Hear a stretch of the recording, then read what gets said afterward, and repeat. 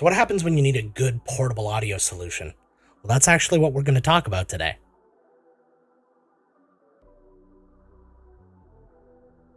Hey everybody, welcome back to the channel. I am Joe Finley, and today we are discussing the DJI Mic. Now, DJI is known for a lot of products like drones and gimbals, things like that. But they've gotten themselves into the audio market and they are competing with some pretty heavy hitters. So let's have a look at the mic right out of the box. You can see that it comes in this beautiful case, very similar to like an earbud case when you're looking at it, obviously just larger. This will also hold a charge, so it will charge your devices even when it's not plugged in. When you open it up, you see right in the middle your receiver. This can actually receive both microphones at the exact same time. Your two microphones on either side of the box. You have lightning and USB adapters, so you can hook this directly into an iPhone or any phone that supports USB-C, and a little shoe adapter so you can mount the receiver right onto your camera. Also in the box, you get this little carrying bag, and in the bag you'll find two little windsocks that you can mount onto the microphones, as well as a USB-C to USB-A cable, as well as a 3.5mm aux cable, so you can plug the receiver directly into a mirrorless camera. To connect the microphone to yourself, you actually have a couple options. There is a clip on the back of the microphone, so you can clip it to a strategic spot on a shirt, or it actually comes with a really powerful magnet, so you can put the magnet on the inside of your shirt and then just stick the microphone on the other side. Hooking the DJI mic up to a phone is really simple. All you have to do is attach the appropriate adapter, whether you're using iPhone or Android phone, and then plug the device directly into the phone. It should recognize it immediately. Now to hook it up to a camera, it's same but different. All you have to do is add the hot shoe adapter so you can slide it directly onto the camera. You don't necessarily have to do this, but it's just nice to have it up and out of the way. Take the 3.5mm aux cable that you've been provided, plug it into the output of the receiver, and then just plug it into the microphone input on the mirrorless camera. So if we get a good look at the microphone itself, you'll see at the very top you'll have the actual microphone, as well as a 3.5mm input for a lav mic or something like that. On the one side you'll see a USB-C port and the power cable. Now the USB-C port is when you record on the microphone directly, you can actually hook it into a computer and extract the files. And on the other side you've got two buttons. One is the record button to actually physically record on the microphone, and the link button. If for any reason your microphone gets disconnected from the receiver, you can actually reconnect it using this button and a similar button on the receiver itself. And on the receiver, you can see on the front a nice LED display. You can navigate through a number of menus and settings through here, and also monitor the microphone audio and the battery life of both microphones. On the one side, you have your audio output to send to your camera, as well as a headphone jack for monitoring. And on the other side, similar to the microphones, you have a USB-C port and a power button. So what we're actually going to do now, we're going to hook this up to my phone. I've got my Samsung Galaxy S21 here, as well as we're going to hook it up to my camera, which is my Sony a7 III sitting in front of me, and we're going to hear what it sounds like directly from those. We're also going to compare what it sounds like without the windsock, with the windsock, and what it sounds like with a lavalier hooked up instead of the microphone that's built onto the transmitter.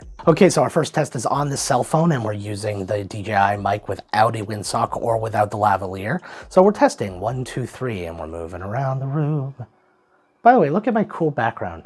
And now we're still on the cell phone, but we're listening to the microphone with the windsock on. Now, typically you don't need to use something like this in an indoor setting, but we're just seeing what the difference is just as a control. The one thing that bothers me is I can't actually see the record setting. You can see a little faint red light if I'm looking down. I can see it in the camera, but the good news is the actual receiver tells me whether or not it's recording, so it's fine. And last but not least, I've got a lavalier mic plugged directly into the transmitter right now, which is going to this receiver right here. This is just a generic lav. I don't have my Rode lavalier, which is around here somewhere. Don't tell on me, I misplace things all the time, but it'll turn up. Okay, so now here I am on the Sony a7 III with the DJI mic hooked directly into the camera, and this is what it sounds like, just plain without the little fuzzy windsock or the lavalier mic or anything like that. Okay, and now here we are with the windsock, so let me know down in the comments if you're hearing any kind of a difference with or without the windsock. And last but not least, we're now hooked directly into the lavalier. You can actually see what that looks like so, which is really nice because you can now clip this down on your belt or stick it in your pocket or any old thing that you might want to do. And it doesn't seem like it'd be a real sound check if I didn't tell you to go and check me out on Twitch, twitch.tv/MiscastJoe. So for those of you who are curious, this is actually me recording directly into OBS, the DJI mic going into the camera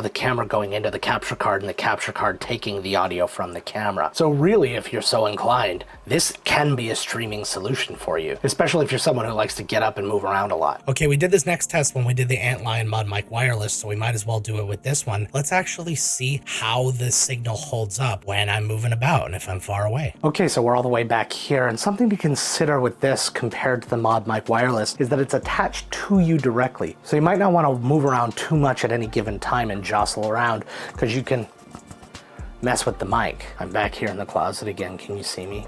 Hi. And I'm pretty far away, and it looks like it's picking up okay.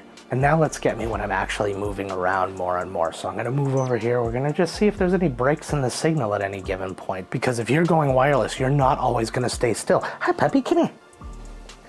Come here, come here, come here, come here.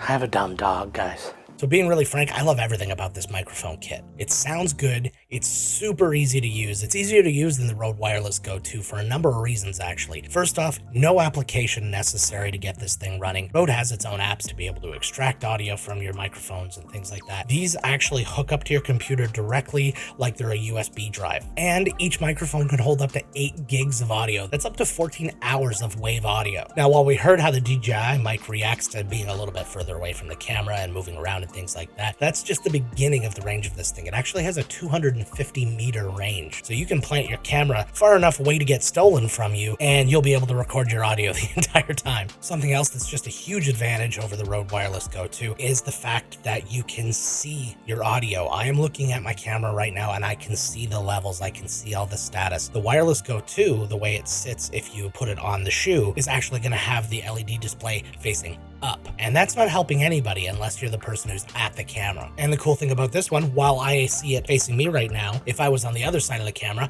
I could flip it around and then see it facing that way instead. Another fantastic feature is its safety track, because sometimes you're in a situation where you can't afford to do multiple takes and things like that. Things get loud, things get quiet, and you don't want to wreck the audio that you're capturing out on the field. So what it's going to do, it's going to take one of your channels of audio and it's going to lower it down a bit so that you still have a usable track if it gets too loud at some point. And something else really worth talking about, it's just so much more sleek than the Rode Wireless Go 2. The Rode is a box that you're supposed to be wearing like a lavalier mic. This is a nice little pod almost, and it just sits on you quite nicely. The magnet's just a really cool feature, so you can just do that nice and fast rather than have to clip it up to your collar. And just the whole presentation of this little box is so nice. It's really a good package. I gave DJI a ton of crap for the action cam that overheated on me when I reviewed it. You can check out the card here for that. But this device more than redeems DJI in my eyes. Now, looking at the price, you're looking at $329 US for this kit, but that's 2 microphone transmitters with microphones, all that kind of stuff. The receiver, it's a lot